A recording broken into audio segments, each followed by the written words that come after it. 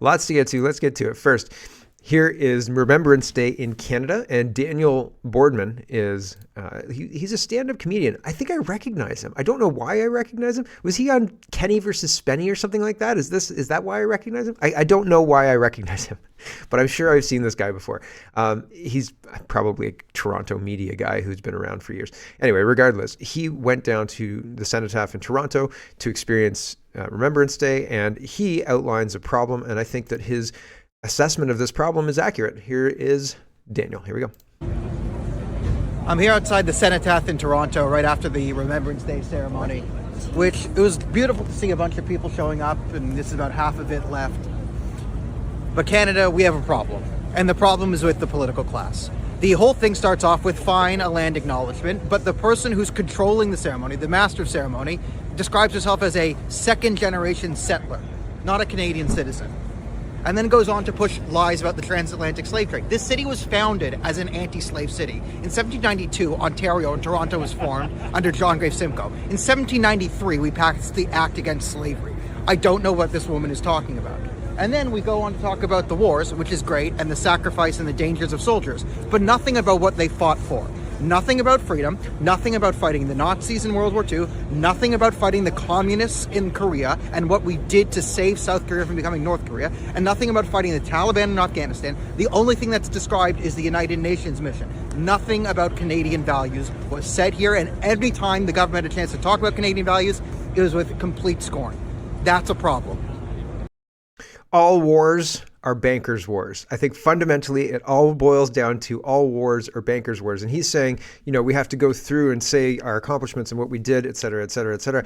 And I think that fundamentally we've been tricked, hoodwinked, fooled into fighting wars that didn't really benefit us. At the beginning of his recording here, he says, fine, a land acknowledgement. I don't know that we need to do land acknowledgements. I think that land acknowledgements are divisive and a tool used to divide and to lay claim. Like we live in Canada. This is Canada. We all acknowledge this is Canada. We don't have to acknowledge what it used to be. What's the purpose of that? And if you want cultural trimmings for the Remembrance Day celebration, then why not lean into the whole meaning of the Remembrance Day stuff and have Canadian military trimmings, right? Cultural military trimmings, right? So it seems to be shoehorned in, and it doesn't add anything. Everybody is kind of ignoring it now, right? The other part of the intro is talking about how the Master of Ceremonies describes themselves as a settler, second-generation settler, and then he talks about the 1793 Act Against Slavery. And so I didn't know much about this. In fact, I hadn't heard of it until he mentioned it. The modern press has not mentioned this at all, right? But apparently, this is at 494 Mississauga Street in Niagara-on-the-Lake, Ontario. It says, inspired by the abolitionist sentiment emerging in the late 18th century, Lieutenant Governor J.G. Simcoe made Upper Canada the first British territory to legislate against slavery, which had defined the conditions of life for most people of African ancestry in Canada since the early 17th century. The Act of 1793 did not free a single slave, but prevented their importation and freed the future children of slaves at age 25. Faced with growing opposition in the colonies, slavery declined. The Imperial Act of 1833 finally abolished slavery in the British territories in 1834. So Canada was officially made a country in 1867, right? So slavery was abolished effectively in the English colonies before Canada was ever a country. But it's interesting that little bit of history is left out of the modern interpretation of how racist Canada is. Right? Canada is not a racist country, and anybody who tells you that it is not telling you the truth. These Remembrance Day ceremonies as well are meant to highlight the sacrifices given for freedom, right? The sacrifices given to protect your country, to make sure that your country can live in peace into the future, where your children can prosper, where your grandchildren can prosper. That's the only thing you can do. Set the circumstances so that somebody could be successful if they were to apply themselves, right? Because you can't do it for somebody else. You can just set the circumstances so that they can succeed. And we are using Remembrance Day instead to push propaganda, to push land acknowledgements, to push nonsense that's not true about racism and settlers and all the rest of it. And just like the feminist thing, the feminist movement says that men used women to get their place in society. And what's actually true is that men and women are partners in building society. Without women, society doesn't continue. And without men, the hard physical labor, like mining and going out and fixing power lines in storms and things like that, roofing, right? Like things that you're not sitting in an office for. And I'm not trying to denigrate women. I'm just trying to say men and women have different functions, and we work collaboratively to create this whole society thing that we see here and have created collectively together as a team. It's not one standing on the other for their own sole benefit. And that's not how it is. But that's what they're trying to sell people. And they use every opportunity, including Remembrance Day. And now they're trying to say that even getting together, so the Palestinian protests, peaceful, super peaceful, but you alt-right crazy people getting together for your war remembrance, that's maybe dangerous. So we're going to put up barriers, and you can come in only if you have a pass. For real, this is Ottawa. United We Stand says, as I'm sitting here getting ready to go downtown for our Remembrance Day ceremony, this popped up on my Facebook feed. No public access without a pass. Unbelievable. Entire memorial fenced off, no public access without a pass. And here's another tweet talking about the same thing. Dump trucks and police blocking the way to the cenotaph in Ottawa. So you've got whole streets blocked off with vehicles preventing people from getting down there.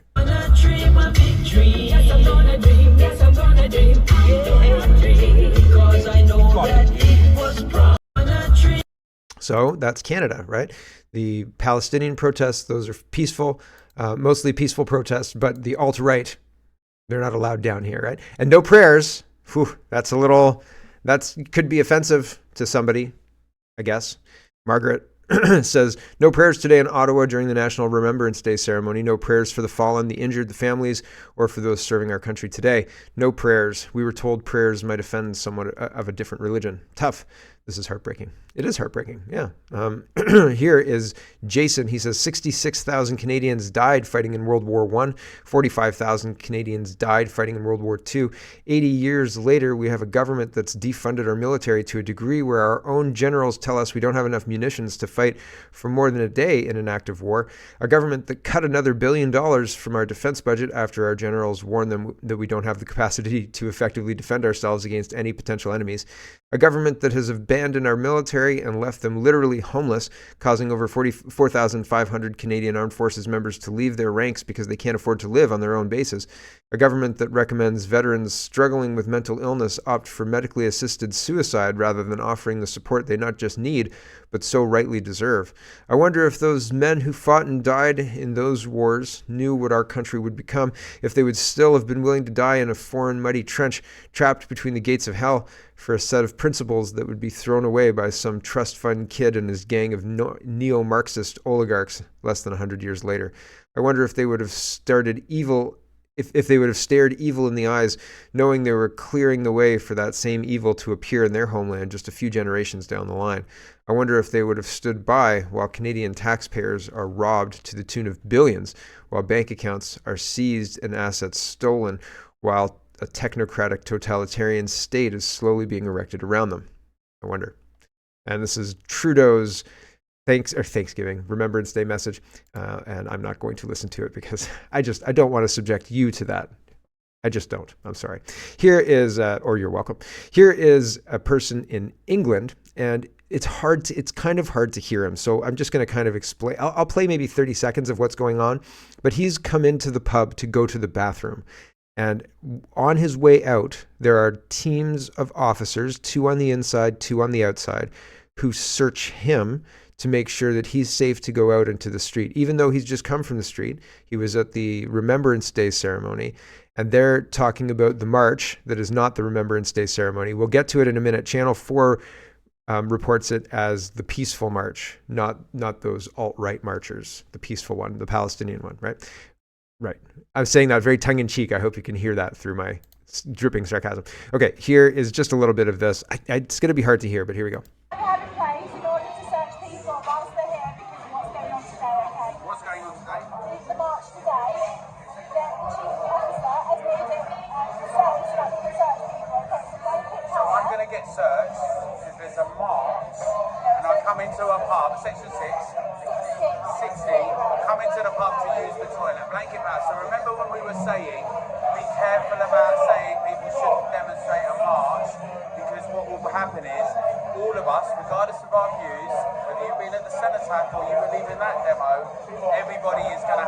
right, suffocated. I'm coming to a bar, onto the toilet.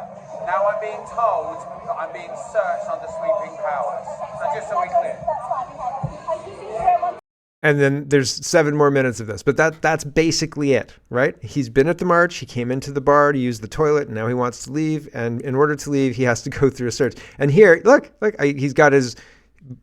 In the previous image I showed you, he had his coat and, everything on. Now he's got a t-shirt on and his arms are splayed out like he's being searched, and he is indeed being searched. So pretty wild. So, he's got his t-shirt or sweater back on now. So he had to strip down. He had to take his sweater off in order to be properly searched by the police officer. That's not great, right?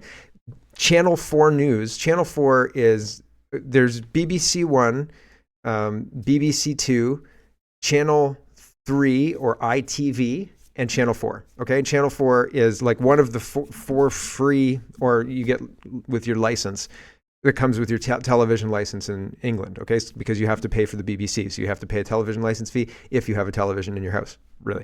And so if you have a television in your house, you pay the television license fee, and you get access to Channel 4. Channel 4 is a big corporation in England, and their first tweet was, after being branded, quote, hate marches by the Home Secretary, a massive pro-Palestinian protest passed off peacefully with hundreds of thousands in attendance. The only scuffles on the day involved far-right protesters who clashed with police.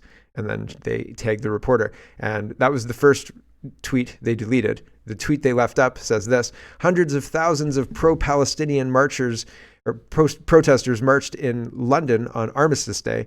The vast majority of arrests were from far-right counter-protesters who clashed with police, but Michael Grove needed police protection from pro-Palestinian demonstrators. Very, very peaceful. Mostly peaceful protests. Very mostly peaceful. Here is a GB News contributor, Darren Grimes. He's funny. And we're gonna listen to at least a minute of this, maybe a bit more. Here we go. Channel 4 News tonight say that the hate marches that Suella Braverman speaks of passed off peacefully, and that the only scuffles on the day involved the far right who clashed with police. Yeah, that's right, Channel 4, you bang on, pet. The Hamas, a proscribed terrorist organisation responsible for the murders of 1,200 Jews, their headband, well, it's just the latest London fashion must-have, you see. This is clearly totally peaceful, normal thing to wear on the streets. The war memorials desecrated by foreign flags on Armistice Day, a day when we remember and be thankful for our war dead and veterans, with pro-Palestinian yobs clambering all over them. Totally peaceful, really lovely chaps, a nice thing to do. The bloke that was holding a placard criticising Hamas, again a terrorist organisation, hounded and his placard destroyed by those clearly sympathetic to this terrorist outfit and its aims and objectives. Totally lovely, totally peaceful. Channel 4 News are correct.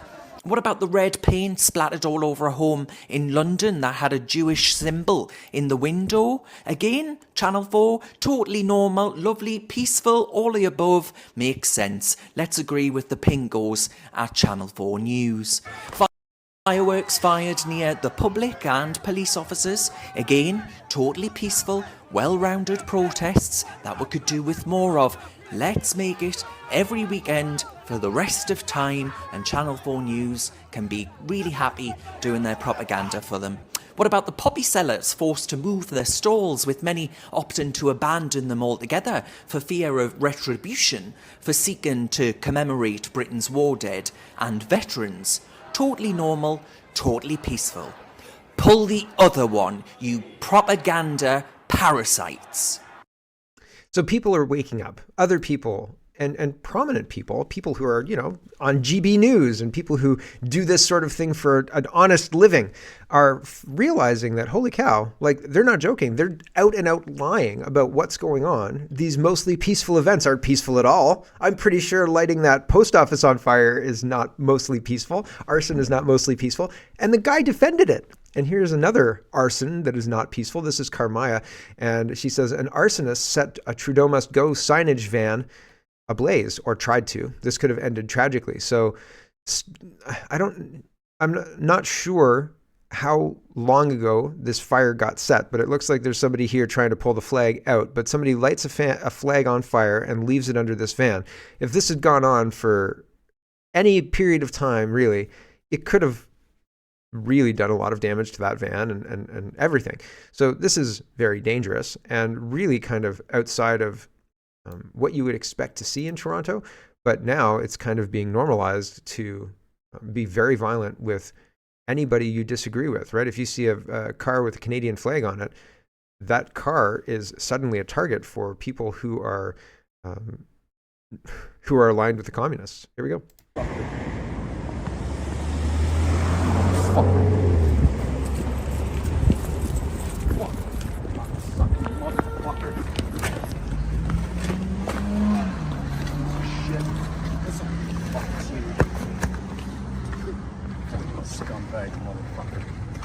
I don't understand why the guy who is standing there. So like when the video starts, this guy's standing here, then he runs up and he pulls the flag out and the guy's still standing there. So I don't know if that's the guy who did it or not, but regardless, the idea that arson and attacking somebody for having different views than you is something that's completely normal in Canada is just wildly unacceptable.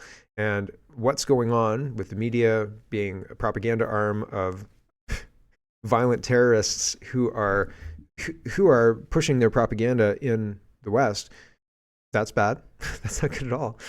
Anyway, moving on, let's talk about Sam Cooper. This is Ortiz was arrested he was arrested as a spy for foreign governments, and now he's on trial, and this is part of his testimony. And Sam Cooper is talking about this. He says Ortiz testifies the RCMP intel showed massive abuse of Canadian banks in enemy state money laundering from China, Russia, and Iran. Quote, I saw some unique reporting that explained, described, and outlined a threat to Canada and the banking system, Ortiz testified on Thursday, an extraordinary amount of money that was being laundered through Canada and its closest partners. This is not, if you've been paying attention to Canadian politics for any period of time, there's the Vancouver method. Vancouver itself had multiple trials put together trying to take down the money laundering. And at the last minute, they would fall apart for various reasons. This has been happening for years, like 2017, 2018. Even when I just started this, I thought it was unbelievable that people weren't reporting on it. People were trying to report on it, but there's not that there's nothing to report, but there's nothing to report because nothing ever pans out. Everything just evaporates. So the money laundering continues. They put the money through real estate. They put the money through casinos. They inflate the real estate market. There's so much money coming through. It's wild. It's wild. It's incredible. So, and like people know about this. And apparently this is a threat to the banking system, according to Ortiz. He says, carrying on, asked by his lawyer to explain the network involved in abuse of Canadian banks, Ortiz haltingly answered, hostile state actors. Should I be saying this? Iran, Russia, China, several other countries? And was it perceived by you that the Canadian banking system itself was in jeopardy by this money laundering? Ortiz's lawyer asked. It was, he said. Underlining the sensitivity of the classified files he claimed to be acting on, Ortiz said there was a number of connections to a number of hostile state actors, including named individuals and foreign governments that were participating in money laundering. And David P. says, how can a single organization have $1 billion of transactions flagged to FinTrack and still operate? At some point, a decision is made. These are fine and there's nothing to do, or these need to be stopped. Is there a higher threshold before action is taken? And Sam Cooper says it's egregious. Reporters should be asking Chrystia Freeland about this today and how it relates to Canada's economy and potential terror threats and fentanyl deaths and housing prices and election interference funding. Yeah, but are we going to? No, because we as a country have so many issues that from radical gender ideology to critical race theory to all of the financial issues that have been created by Chrystia Freeland to the carbon tax financial issue to foreign interference, that trying to focus on any of those things is going to be very difficult and then divisive because they'll say you're either on this side or this side, and then they'll wedge, and then it won't matter because no resolution will be happy or will be satisfactory for either side. And that's the point. Both sides give up. So no accountability. And that's where we've seen it countless times. We've seen it over and over. Hello, everyone. Thanks very much for watching. This is just a short version of a longer show. If you'd like to get the whole show, you can go over to CanadaPoly.com and sign up for a subscription. Just look in the drop-down tab for Shop and Donate and look for subscriptions, and you'll get immediate access to the full show. Love to see you. Thanks for watching, everybody. Have a wonderful, wonderful